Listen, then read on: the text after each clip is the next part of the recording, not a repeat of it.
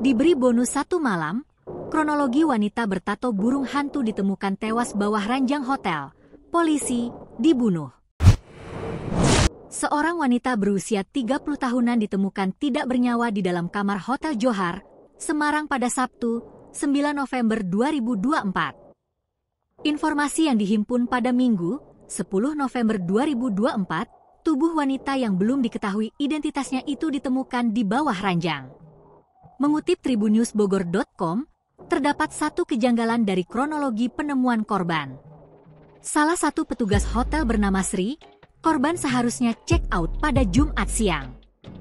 Korban sudah menginap di hotel tersebut sejak Selasa, 5 November 2024, untuk waktu 3 hari. Akan tetapi, ketika waktu check out sudah tiba, petugas hotel masih memberikan jeda waktu hingga Sabtu, 9 November 2024. Pada Sabtu itulah, petugas hotel mencium aroma tidak sedap dari kamar hotel tempat korban menginap.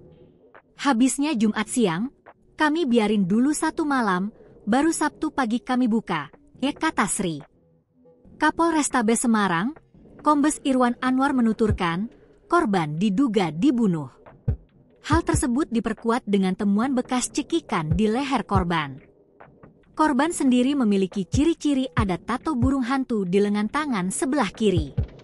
Irwan menceritakan, korban menginap di kamar hotel pada Rabu, 6 November 2024, pukul 1 waktu Indonesia Barat.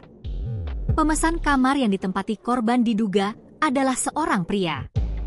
Tubuh korban ditemukan di bawah kolong tempat tidur dengan posisi tertelungkup dan wajah korban ditutupi jaket, sambung Irwan.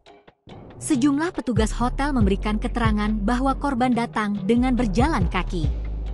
Kemudian seorang pria yang identitasnya digunakan untuk memesan kamar tidak terlihat membawa wanita masuk ke kamar hotel yang menjadi lokasi penemuan mayat wanita tersebut.